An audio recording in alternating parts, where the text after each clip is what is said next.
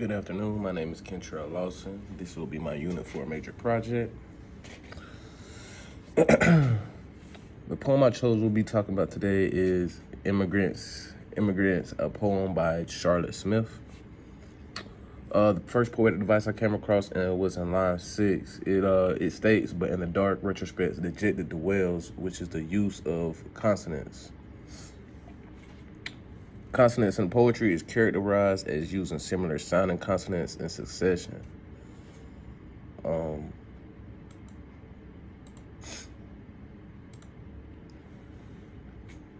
Consonants also create a certain repeated sound throughout a written word, and the device occurs when it shares the same consonant sound. So,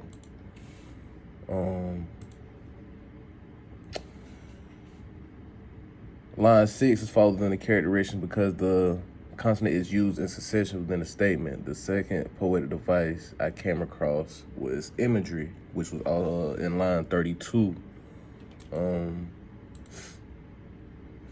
Imagery experience represents sensory experience and include visual, auditory, olfactory, tactile, and gustatory.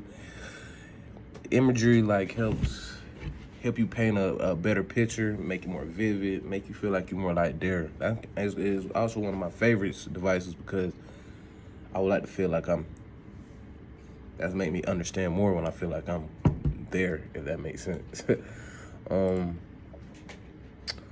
But yeah, in line 32, it states the sick hearts shudder, and the man who thinks blush for his akan species.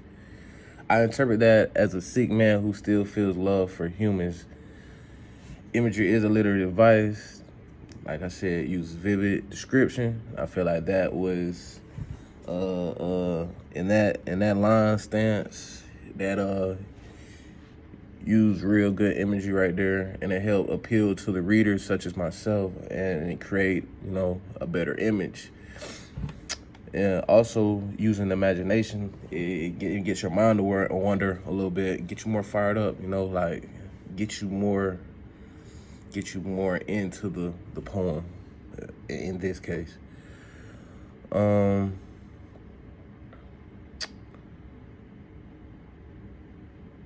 third poetic device I came across in the poem in lines 19 and 20. It states, the headless horse of ones whose only crime was being born a monarch, mercy turns. The poetic device I used in that is symbolism,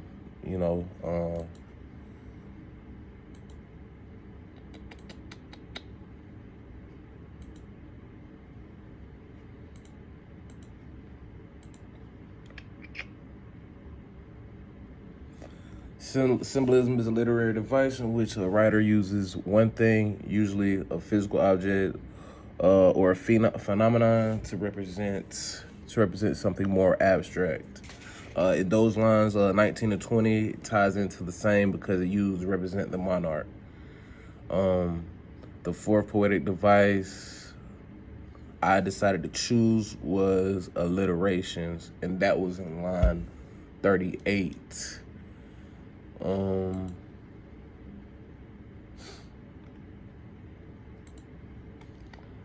Alliteration plays on the sound of the word using the same beginning sound. Alliteration can be created within two or more words in a line or verse of a poem. What I got from line 38,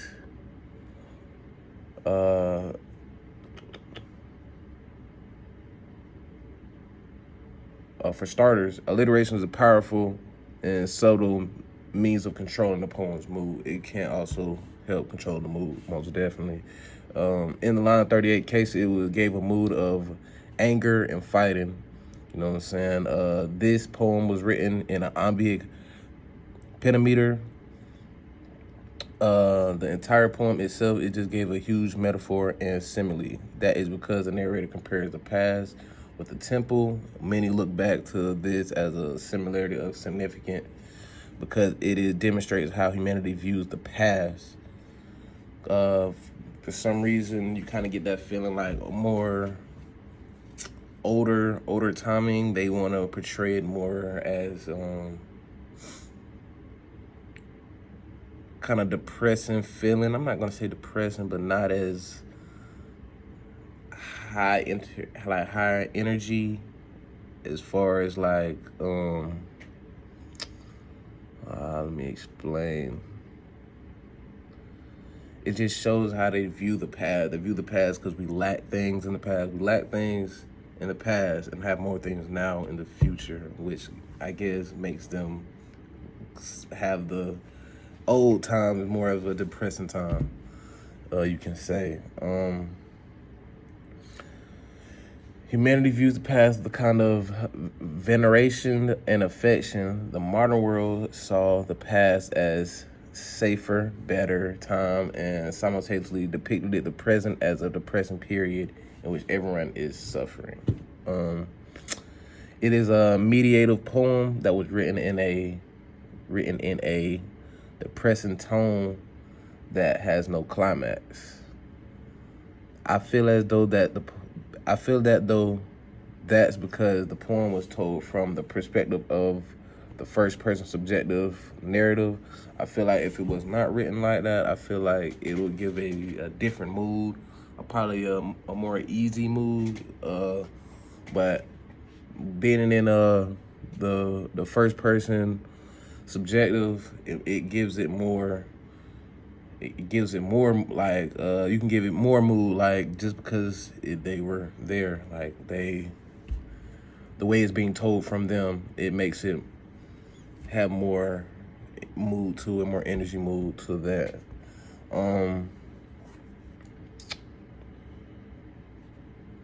Another poetic device I've noticed was foreshadowing.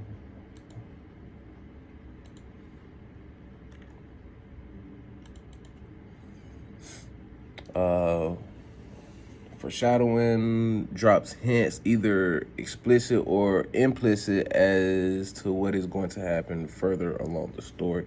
And I feel like that builds up anticipation. Maybe you think this is going to happen, or maybe they're trying to hint at something and it changes throughout the end.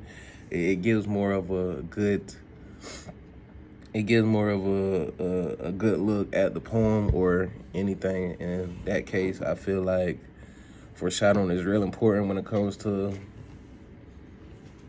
poems or any other reading, analog, but dialogue. But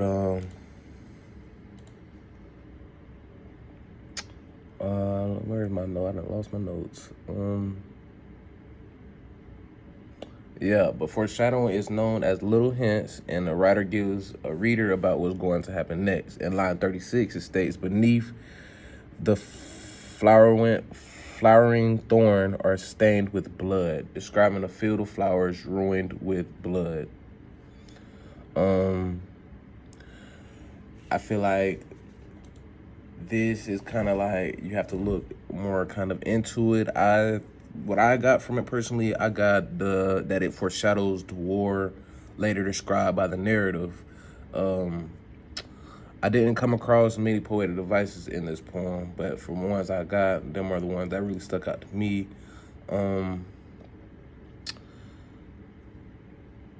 But I also feel like the reason why it was like that, because the poem, in my opinion, is a mediative poem. It doesn't have a true fixed setting. It don't have a true fixed setting or any protagonist or antagonist in the poem. But what I got from it is I got more of a kind of like a depressive tone, kind of like a depressive tone. We know it takes one that I would definitely would say is important, because the tone of the poem is very important, but I feel like the tone fit the poem, if that makes sense. Because if it was opposite, more high energetic and things like that, I feel like this poem probably wouldn't be as good as it is now, in my personal opinion. But I feel like it was a real good poem, and it really stood out to me. But the narrator did. I feel like the narrator did a pretty good job within using, put it or being able to implicate and put in all these devices to better the poem. I feel like she probably, how I explain it. I feel like she did, she did a real good job putting the devices in the poem.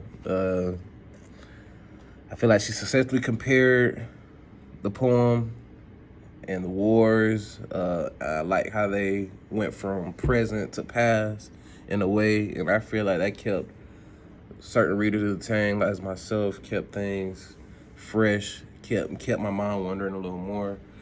But that'll be it for my final writing project. This is Kentrell Lawson. Thank you.